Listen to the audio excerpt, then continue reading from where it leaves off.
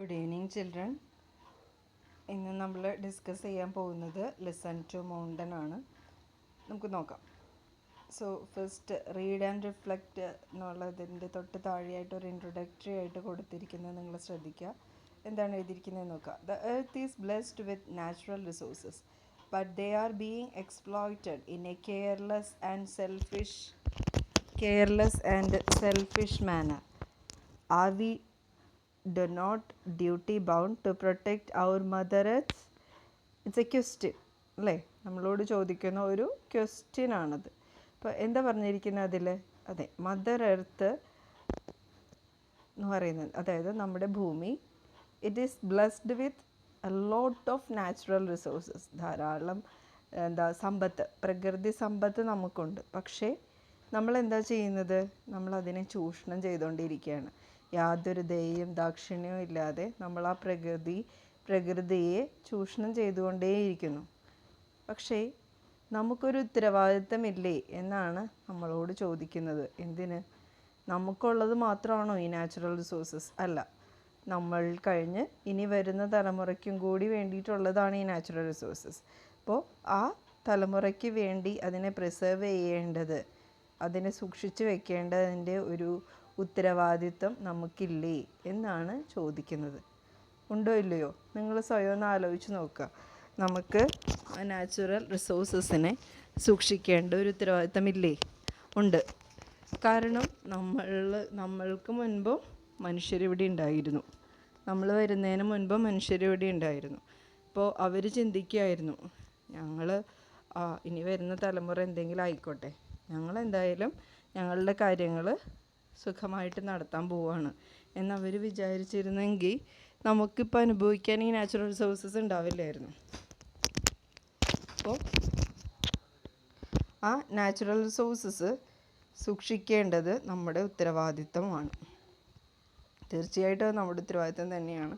നമ്മൾക്ക് അതിൽ നിന്ന് ഒരിക്കലും ആ ഉത്തരവാദിത്തത്തിൽ നിന്ന് മാറാനായിട്ട് നമുക്ക് സാധിക്കില്ല. ടെക്സ്റ്റ് പേജ് ഒന്ന് നീങ്ങിപ്പോയി, ഞാൻ അതിലേക്ക് വീണ്ടും വരികയാണ്. ഓക്കെ, സോ നമ്മൾ ഇന്നിവിടെ കാണാൻ പോകുന്നത് ഒരു പ്ലേ ആണ്. പ്ലേ എന്ന് വെച്ചാൽ എന്താണ്? What do you mean by a play? Play means നാടകം. സോ നമ്മൾ കാണുമ്പോൾ തന്നെ നമുക്കറിയാം, ഇതിൽ ഫസ്റ്റ് തന്നെ ക്യാരക്ടേഴ്സിനെ കൊടുത്തിട്ടുണ്ട് അല്ലേ? ക്യാരക്ടേഴ്സ് കൊടുത്തിട്ടുണ്ട്, എഴുതിയ ആളുടെ പേര് കൊടുത്തിട്ടുണ്ട്. Who is the writer? Kaveri Nambeesan is the writer. And the name of the place, Listen to Mountain. It's a strange name, right? അല്ലേ? ഒരു ഡിഫറെൻറ്റ് നെയിമാണ്, ലിസൺ ടു മൗണ്ടൻ. എന്താണ് അങ്ങനെ ഒരു പേര്? മൗണ്ടനെ ശ്രദ്ധിക്കുക, അല്ലെങ്കിൽ മൗണ്ടനെ ലിസൺ ചെയ്യുക. ലിസൺ ചെയ്യുക എന്ന് പറഞ്ഞാൽ എന്താണ്? Is there any difference between listening and hearing? കേൾക്കുക. ലിസൺ ചെയ്യുക എന്നുള്ളതിൻ്റെ അർത്ഥം എന്താണ്? കേൾക്കുക, വെറുതെ കേൾക്കുക എന്നാണോ? എന്താണ് അപ്പോൾ ലിസണിങ്ങും ഹിയറിങ്ങും തമ്മിൽ എന്തെങ്കിലും വ്യത്യാസമുണ്ടോ? ഉണ്ട്. ഹിയറിങ് എന്ന് പറഞ്ഞാൽ വെറുതെ കേൾക്കുക എന്നാണ്. ഞാനിപ്പോൾ പറഞ്ഞുകൊണ്ടിരിക്കുന്ന കാര്യങ്ങൾ നിങ്ങളുടെ ചെവി കൊണ്ട് കേൾക്കുമ്പോൾ അത് കേൾവിയായി. പക്ഷേ ഞാൻ പറയുന്ന കാര്യങ്ങൾ നിങ്ങളുടെ ബ്രെയിനിലേക്ക് നിങ്ങളെടുത്ത് നിങ്ങളതിനെ വിശകലനം ചെയ്യുമ്പോൾ അത് ലിസണിങ് ആയി. അവിടെ നിങ്ങൾ ശ്രദ്ധ കൊടുക്കണം. ഹിയറിങ്ങിന് ഒത്തിരി ശ്രദ്ധയുടെ ആവശ്യമില്ല, പക്ഷേ ലിസണിങ്ങിന് ശ്രദ്ധയും മനസ്സും ആവശ്യമാണ്. അപ്പോൾ ഇവിടെ നമ്മളോട് പറയുന്നത് ലിസൺ ചെയ്യാനാണ്. ആരെ ലിസൺ ചെയ്യാൻ? ഒരു ഹ്യൂമനെ അല്ല, ഒരു മൗണ്ടനെ ലിസൺ ചെയ്യാനാണ്. അതെങ്ങനെ സാധിക്കും? മൗണ്ടന് ജീവനുണ്ടോ എന്നാണ് നമ്മുടെ മനസ്സിലേക്ക് വരുന്ന ആദ്യത്തെ ചോദ്യം. ഉണ്ടോ? ജീവനുണ്ടോ? നമുക്ക് നോക്കാം. ഈ കഥാപാത്രങ്ങൾ നമ്മളോട് പറയുന്ന കഥയിൽ ആ മൗണ്ടന് ജീവനുണ്ടോ ഇല്ലയോ എന്ന് നമുക്കൊന്ന് അറിഞ്ഞു നോക്കാം. സോ ഇതിൽ ക്യാരക്ടേഴ്സ് ആരൊക്കെയാണെന്ന് ആദ്യം പരിചയപ്പെടാം നമുക്ക്. First and the most important character in this place, grand mother ആണ് ഇതിൽ ഏറ്റവും പ്രധാനപ്പെട്ട കഥാപാത്രം. അടുത്തത് നാരായണനാണ്. ഈ ഗ്രാൻഡ് മദറിൻ്റെ ഗ്രാൻഡ്സൺ ആണ് Narayan. And at the same time is an school head master. He's A school head master in that village. ആ വില്ലേജിലെ ഒരു ചെറിയ ഗ്രാമത്തിലാണ് ഈ കഥ നടക്കുന്നത്. അപ്പോൾ ആ ഗ്രാമത്തിൽ ഒരു സ്കൂളുണ്ട്. സ്കൂളിലെ ഹെഡ് മാസ്റ്ററാണ് നാരായൺ. അടുത്തത് രാമണ്ണയാണ്. രമണ്ണ എന്നും പറയാം നമുക്ക്. So he's a tea shop owner. അവിടെ ഒരു ടീ ഷോപ്പ് ഉണ്ട്. ആ ടീ ഷോപ്പിലാണ് കുറച്ച് കാര്യങ്ങൾ, പ്രധാന സംഭവ വികാസങ്ങൾ, കുറച്ച് കോൺവെർസേഷൻസ് ഒക്കെ നടക്കുന്ന ടീ ഷോപ്പിലാണ്. അപ്പോൾ അത് ഓൺ ചെയ്യുന്നത് അല്ലെങ്കിൽ ആ കടയുടെ ഉടമസ്ഥനാണ് രമണ്ണ എന്നും പറയാം, രാമണ്ണ എന്നും പറയാം നമുക്ക്. ഓക്കെ. അടുത്തത് ശാസ്ത്രി, കണ്ണൻ, രുദ്രപ്പ, ഇവരൊക്കെ വില്ലേജ് മെൻ ആണ്. ദെൻ സാഗർ അഗെയിൻ ഒരു ഇമ്പോർട്ടൻറ്റ് ക്യാരക്ടറാണ്. ബിൽഡിംഗ് കോൺട്രാക്ടറാണ് സാഗർ. ഒരു ബിൽഡിംഗ് പണിയാനായിട്ട് കോൺട്രാക്റ്റ് എടുത്തിരിക്കുന്ന വ്യക്തിയാണ് സാഗർ. അപ്പോൾ അടുത്തത് ദീക്ഷിതാണ്. ദീക്ഷിത് മില്യനെയർ ആയിട്ടുള്ള ഒരു ഇൻഡസ്ട്രിയലിസ്റ്റാണ്. അപ്പോൾ ഇനി നമുക്ക് ഇത്രയും പേരാണ് ഇതിലെ പ്രധാന കഥാപാത്രങ്ങൾ. സോ ഇനി നമ്മൾ എവിടെയാണ് ഈ കഥ നടക്കുന്നത്, സെറ്റിംഗ് എവിടെയാണെന്ന് നമുക്ക് നോക്കാം. The setting is set in A village. ഒരു വില്ലേജിലാണ് ഈ കഥ നടക്കുന്നത്.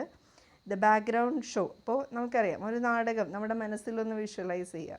ഒരു നാടകം നമ്മൾ പള്ളി ഈ പെരുന്നാളിനും അല്ലെങ്കിൽ അമ്പലത്തിലെ ഉത്സവത്തിനൊക്കെയാണ് നാടകങ്ങൾ കണ്ടിരിക്കുന്നത്. അപ്പോൾ നിങ്ങൾ ആലോചിച്ച് നോക്കുക. ഇനി ചിലവരൊക്കെ നാടകം കണ്ടിട്ടുണ്ടാവില്ല കേട്ടോ. കണ്ടിട്ടില്ലാത്തവർ സിനിമയിലെങ്കിലും അല്ലെങ്കിൽ ടി വിയിലെങ്കിലും നാടകം കണ്ടിട്ടുണ്ടാകുമെന്ന് ഞാൻ വിചാരിക്കുന്നു. അപ്പോൾ നാടകം എങ്ങനെയാണ്? നമ്മൾ സിനിമയിൽ കാണുന്ന പോലെ നാടകത്തിന് നമുക്ക് ആ ലൊക്കാലിറ്റി ഒക്കെ കാണിക്കാൻ പറ്റുമോ? അതിനവരെന്താ ചെയ്യുക? അതിനവർ ചെയ്യുന്ന ഒരു ടെക്നിക്കാണ് കേർട്ടൻസ് യൂസ് ചെയ്യുക എന്നുള്ളത്. അപ്പോൾ കേർട്ടൻ പല ഡിഫറെൻറ്റ് കേർട്ടൻസ് ഉണ്ടാവും. നമ്മൾ പ്രത്യേകിച്ചും KPSCയുടെയൊക്കെ നാടകങ്ങളാണെങ്കിൽ വളരെ നിലവാരം പുലർത്തുന്ന നാടകങ്ങളായിരിക്കും. അങ്ങനെയുള്ള നാടകങ്ങളൊക്കെ കാണണം. കണ്ടു കഴിഞ്ഞാൽ നമ്മളെ ഒത്തിരി ഇൻഫ്ലുവൻസ് ചെയ്യുന്ന നാടകങ്ങളായിരിക്കും അവയൊക്കെ. അപ്പോൾ നാടകങ്ങൾ സത്യത്തിൽ അവർ അവരുടെ പ്രസൻറ്റേഷന് വേണ്ടി അവർ ഉപയോഗിക്കുക. ഇപ്പം നമുക്ക് സിനിമയാണെങ്കിലും നമുക്ക് സിനിമ നേരിട്ട് ആ നടക്കുന്ന സ്ഥലമൊക്കെ നേരെ ഷൂട്ട് ചെയ്താൽ മതി. പക്ഷെ നാടകത്തിലത് പറ്റില്ലല്ലോ. അപ്പോൾ നാടകത്തിൽ ആ ഒരു ഏത് ഏരിയയിലാണ് ഈ സംഭവം നടക്കുന്നതെന്ന് നമ്മളോട് കാണികളോട് പറയാൻ വേണ്ടി അവരുപയോഗിക്കുന്ന ഒരു ടെക്നിക്കാണ് ബാക്ക് കേർട്ടൻസ്. എന്ന് വെച്ചാൽ നാടകം നടക്കുന്ന സ്റ്റേജിൻ്റെ പുറകിലായി പലതരത്തിലുള്ള കേർട്ടൻസ് ഉണ്ടാവും. ആ കേർട്ടൻസ് അവർ ചെയ്യുന്നൊരു രീതി, ഏത് സംഭവമാണോ അല്ലെങ്കിൽ ഏത് സ്ഥലത്താണോ ഇപ്പോൾ ഒരു സംഭവം നടക്കുന്നത് അതിനോട് ആ സ്ഥലത്തെ പ്രതിനിധാനം ചെയ്യുന്ന ഒരു കേർട്ടൻ അവരതിൻ്റെ ബാക്കിലായി ഉപയോഗിക്കും. അതുകൂടാതെ ചില ഇപ്പോൾ ഒരു മതിലുണ്ടെങ്കിൽ ആ മതിലിനെ റെപ്രസെൻ്റ് ചെയ്യാനായിട്ട് ചിലപ്പോൾ കട്ട് ഓഫ് ആയിട്ടുള്ള സംഭവങ്ങളുണ്ടാവും. എന്ന് വെച്ച് കഴിഞ്ഞാൽ കാർഡ്ബോർഡ് കൊണ്ടോ അല്ലെങ്കിൽ ചെറിയ തെർമോക്കോൾ കൊണ്ടോ ഒക്കെ ഉണ്ടാക്കിയ തൂണ് പോലത്തെ അല്ലെങ്കിൽ മതിലിൻ്റെ രൂപത്തിൽ മതിലൊക്കെ പെയിൻറ്റ് ചെയ്ത ചില സംഭവങ്ങൾ കട്ട് ഓഫുകൾ ഒക്കെ അവർ ഉപയോഗിക്കും. ഇങ്ങനെയൊക്കെയാണ് അവർ കാണികളിലേക്ക് ആ സ്ഥലത്തിനെ അവർ കൊണ്ടുവരിക. ഇവിടെ നമ്മൾ കാണുന്നത് എന്താ? ബാക്ക്ഗ്രൗണ്ട് ഷോൺസ് മൗണ്ടൻസ്. അപ്പോൾ ബാക്ക്ഗ്രൗണ്ട് കേർട്ടനിൽ മൗണ്ടൻസ് പെയിൻറ്റ് ചെയ്തിട്ടുണ്ട്. അതുകൂടാതെ കുറേ ട്രീസ് ഉണ്ട്, ഒരു റിവർ ഉണ്ട്.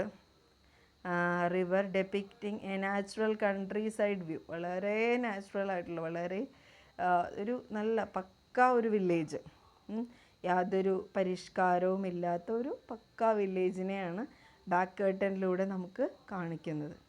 Then scene 1 and 4 are enacted in front of the curtain. നമ്മളോട് പറയുകയാണ് നാടകത്തിനെ കുറിച്ച് 1ഉം 4ഉം ഭാഗങ്ങൾ. എന്താണ് സീൻ? നമുക്കറിയാം നാടകങ്ങൾ എന്ന് പറയുമ്പോൾ എങ്ങനെയാണ്, ആക്റ്റുകളും ഉണ്ടാവും സീൻസും ഉണ്ടാവും. അപ്പോൾ ഇംഗ്ലീഷ് കൂടുതൽ പഠിക്കുകയാണ്, നിങ്ങളിപ്പോൾ ഇംഗ്ലീഷ് മെയിൻ വിഷയമായിട്ട് എടുത്ത് പഠിക്കുകയാണെങ്കിൽ നിങ്ങൾക്ക് പലതരത്തിലുള്ള നാടകങ്ങളെ പരിചയപ്പെടാനാവും. കോമഡി, ട്രാജഡി, അങ്ങനെ പല നാടകങ്ങളുണ്ട്. അപ്പം അതിൽ പ്രത്യേകിച്ചും ഇംഗ്ലീഷ് നാടകങ്ങൾ അവർ ചെയ്യുന്നത് ആക്റ്റുകളുണ്ടാവും. ഇപ്പോൾ ആ ഓരോ ആക്റ്റിലും പല സീൻസ് ഉണ്ടാവും. അങ്ങനെയാണ് നാടകങ്ങളെ അതിൻ്റെ എഴുത്തുകാർ ചെയ്യാറ്. അപ്പോൾ ഇവിടെ നമ്മളോട് പറയുന്നത് ഇവിടെ സീൻസായിട്ട് മാത്രമേ തിരിച്ചിട്ടുള്ളൂ, ആക്റ്റുകളില്ല. കാരണം ഇതൊരു ചെറിയ നാടകമാണ്. പക്ഷെ വലിയ നാടകങ്ങളൊക്കെ ആണെങ്കിൽ, ഇപ്പോൾ ഷേക്സ്പിയർ എഴുതിയിട്ടുള്ള നാടകങ്ങളൊക്കെ ആണെങ്കിൽ 5 ആക്റ്റുകളൊക്കെ ഉണ്ടാവും, 4-5 ആക്റ്റുകളൊക്കെ ഉണ്ടാവും. ഇപ്പോൾ മാക്ബത്ത്, ഒഥല്ലോ, അങ്ങനെ പല പല നാടകങ്ങൾ, ഷേക്സ്പിയറിൻ്റെ പ്രധാന റോമിയോ ജൂലിയറ്റ്, ഇങ്ങനെയൊക്കെയുള്ള നാടകങ്ങളിലൊക്കെ നമ്മൾ കാണുന്നത് 3, 4, 5 ആക്റ്റുകളൊക്കെ ഉണ്ടാവും. ഈ ഓരോ ആക്റ്റിലും 4, 5 സീൻസ് ഉണ്ടാവും. പക്ഷെ ഇതൊരു ചെറിയ നാടകമാണ്, അതുകൊണ്ട് ഇതിൽ സീൻസ് മാത്രമേ കൊടുത്തിട്ടുള്ളൂ. അപ്പോൾ നമുക്ക് നോക്കാം എങ്ങനെയാണ്.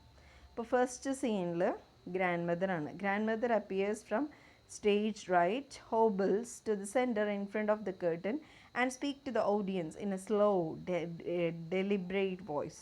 സോ ഫസ്റ്റ് സീൻ ഓപ്പൺ ചെയ്യുമ്പോൾ തന്നെ നമ്മൾ കാണുന്നത് ഒരു ഗ്രാൻഡ് മദറിനെയാണ്, നല്ല വയസ്സായ ഒരു മുത്തശ്ശി.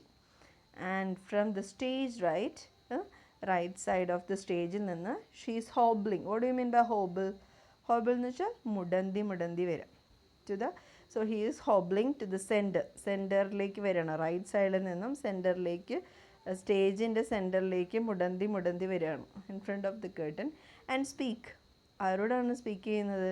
To the audience itself in a slow deliberate voice.